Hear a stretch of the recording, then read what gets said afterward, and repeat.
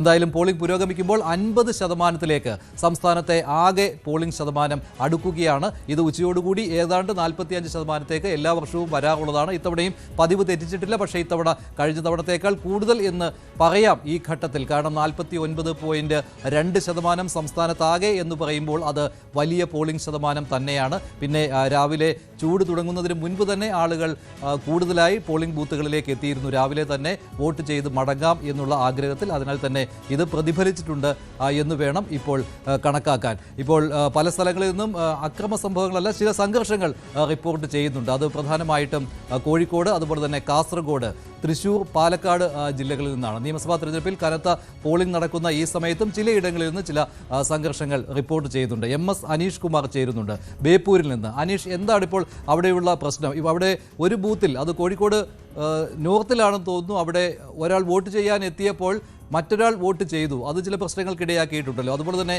ഫറോക്കിൽ പ്രശ്നമുണ്ടായിരുന്നു. LDF പ്രവർത്തകർ ആ ബൂത്തിൽ വോട്ടില്ലാഞ്ഞിട്ട് കൂടി അങ്ങോട്ട് വന്നു. അതിനെ UDF ചോദ്യം ചെയ്തു. ആ സംഘർഷം, അതിൻ്റെ ദൃശ്യങ്ങളും കാണാം. എന്താണ് കോഴിക്കോട് നിന്ന് ഇപ്പോൾ നൽകാൻ കഴിയുന്ന വിവരങ്ങൾ? എങ്ങനെ മുന്നോട്ട് പോകുന്നു പോളിംഗ്?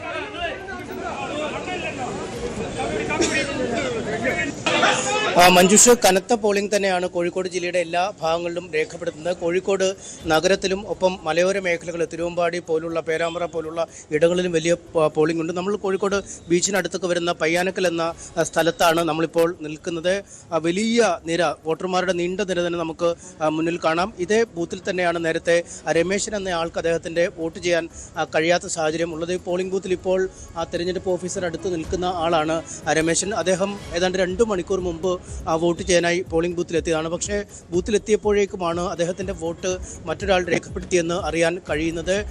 ആധാർ കാർഡും മറ്റു തിരിച്ചറിയൽ രേഖകളൊക്കെ അദ്ദേഹത്തിൻ്റെ കൈവശമുണ്ട്. അദ്ദേഹം തെരഞ്ഞെടുപ്പ് ഓഫീസർ അടുത്തെത്തി ഇക്കാര്യങ്ങൾ കാണിക്കുകയും ചെയ്തു. എന്നാൽ മറ്റൊരാൾ നേരത്തെ വോട്ട് ചെയ്തു പോയി എന്ന മറുപടിയാണ് അദ്ദേഹത്തിന് ലഭിച്ചത്. കുറച്ചു നേരമായി അദ്ദേഹം ഇതുമായി ബന്ധപ്പെട്ട് ചർച്ചകൾ നടത്തിയെങ്കിലും യാതൊരു തീരുമാനവും വന്നില്ല. ഏറ്റവും ഒടുവിൽ അദ്ദേഹം തെരഞ്ഞെടുപ്പ് കമ്മീഷന് പരാതി നൽകി. അതായത് തൻ്റെ വോട്ട് രേഖപ്പെടുത്താൻ അനുവദിക്കണമെന്ന പരാതി നൽകിയതിനെ തുടർന്ന് അദ്ദേഹത്തിന് ടെൻഡർ വോട്ട് ചെയ്യാനുള്ള അനുമതിയാണിപ്പോൾ. അതായത് വോട്ടുകളുടെ എണ്ണം ഒരു തുല്യനിലയിലേക്ക് എത്തിയാൽ ഉപയോഗിക്കുന്ന തരത്തിലുള്ള ടെൻഡർ വോട്ട് ചെയ്യാനുള്ള അനുമതിയാണ്. ഒരു വ്യാജരേഖ നിർമ്മിക്കൽ അല്ലെങ്കിൽ പരസ്യമായ ഒരു കള്ളവോട്ട് തന്നെയാണ് നടന്നിരിക്കുന്നത്. എങ്ങനെയാണ് അദ്ദേഹത്തിന് വോട്ട് ചെയ്യാൻ ഇപ്പോൾ ടെൻഡർ വോട്ടേ ഉള്ളൂ, മറ്റു അദ്ദേഹത്തിൻ്റെ വോട്ട് വേറെ ആൾ ചെയ്തു? അതെ, ഇത് യഥാർത്ഥത്തിൽ സംഭവിച്ചത് രമേശൻ എന്ന് പറഞ്ഞ ആളുടെ അഡ്രസ്സിൽ, അയാളെ ഇലക്ഷൻ ID നമ്പറിൽ വേറെ ആളെ ഫോട്ടോ വെച്ചിട്ട് ആ ആളാണ് യഥാർത്ഥത്തിൽ വോട്ട് ചെയ്തത്. നേരെ മറിച്ച് ഈ വോട്ടർ, നമുക്കിപ്പം സ്ഥാനാർത്ഥി തന്നെ എത്തിയിട്ടുണ്ട് മഞ്ജുഷ്. നോർത്തിലെ BJP സ്ഥാനാർത്ഥി, സൗത്തിലെ സ്ഥാനാർത്ഥി റിനീഷ് തന്നെ എത്തിയിട്ടുണ്ട്. റിനീഷെ, അദ്ദേഹത്തിൻ്റെ വോട്ട് വേറെ ആൾ ചെയ്തു പോയെന്നാണ് പറയുന്നത്. അല്ല, ഇത് നമ്മൾ ആദ്യമേ സൂചിപ്പിച്ചാണ്. ഈ സമയം ധാരാളം കള്ളവോട്ടുകൾ ചെയ്യാൻ ഇന്നലെ തന്നെ തീരുമാനമെടുത്തിട്ടുണ്ട് CPMൻ്റെ നേതൃത്വത്തിൽ. CPM പല വീടുകളിലും പോയി ഇന്നലെ തന്നെ ഇവിടെ സ്ഥലത്ത് വരാത്ത ആളുകളെ ലിസ്റ്റ് തയ്യാറാക്കിയിട്ടുണ്ട്.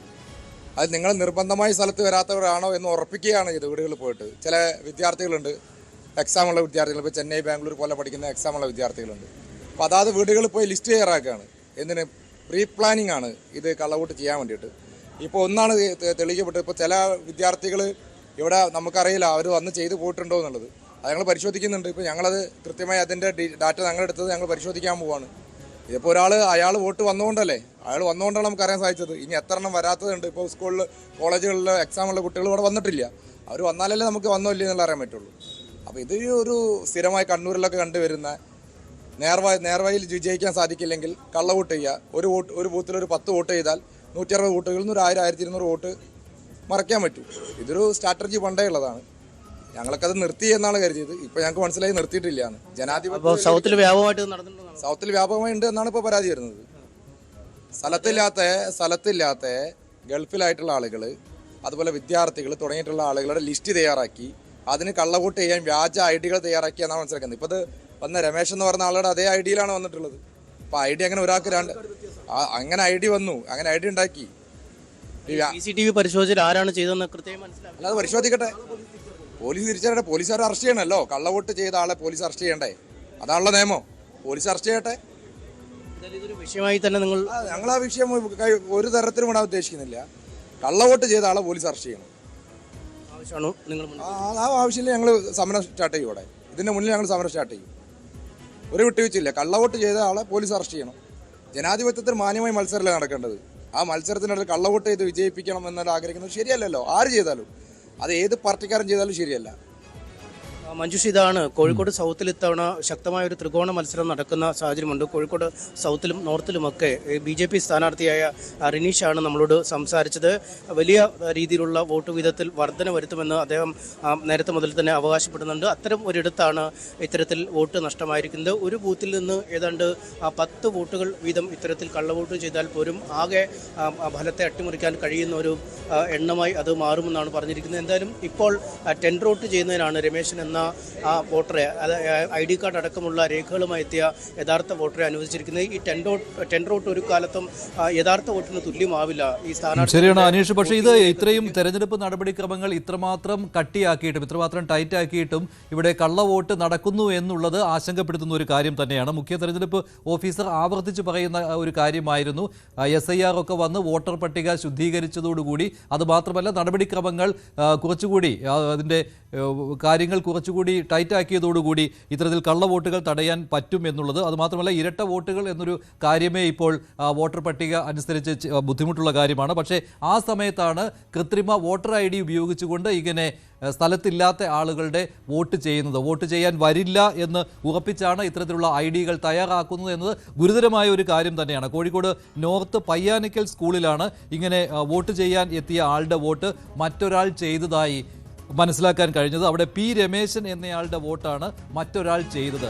അങ്ങനെ ആൾ മാറി വോട്ട് ചെയ്ത അയാളെ അറസ്റ്റ് ചെയ്യണം എന്നുള്ള കാര്യമാണ് ഇപ്പോൾ BJP ഉന്നയിക്കുന്നത്. അവിടെ ആ ബൂത്തിൽ തന്നെ സമരം തുടങ്ങുവാനാണ് BJP സ്ഥാനാർത്ഥിയുടെ തീരുമാനം. അദ്ദേഹം അത് പറയുകയും ചെയ്തു. P രമേശൻ എന്നയാളുടെ വോട്ട് മറ്റൊരാൾ ചെയ്തു, ടെൻഡർ വോട്ട് P രമേശന് ചെയ്യാം. അതിനുവേണ്ടി അദ്ദേഹം കാത്തു നിൽക്കുന്നതിൻ്റെ ദൃശ്യവും അവിടെ കാണാം. വോട്ട് നിഷേധിച്ചു എന്നുള്ള പരാതി P രമേശൻ നൽകിയിരുന്നു. P രമേശൻ്റെ പേരിൽ മറ്റൊരു വോട്ടർ ID ഉണ്ടാക്കിയാണ് വേറൊരാൾ വോട്ട് ചെയ്തത്. ഇത് കള്ളവോട്ടാണ് എന്നുള്ള കാര്യത്തിൽ സംശയമില്ല. അങ്ങനെ കള്ളവോട്ടിനെതിരെ അവിടെ BJP പ്രതിഷേധിക്കുകയാണ്.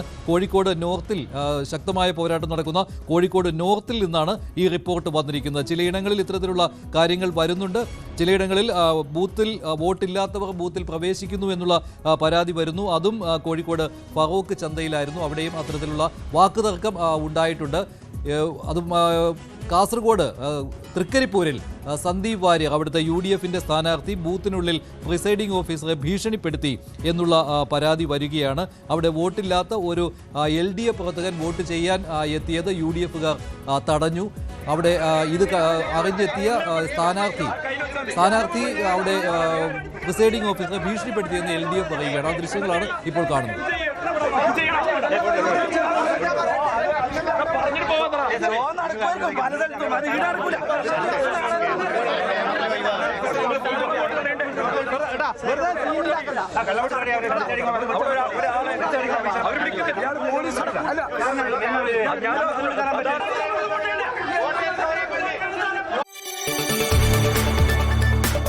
കൂടുതൽ വാർത്തകൾക്ക് News 18 Keralam YouTube channel subscribe ചെയ്യുക.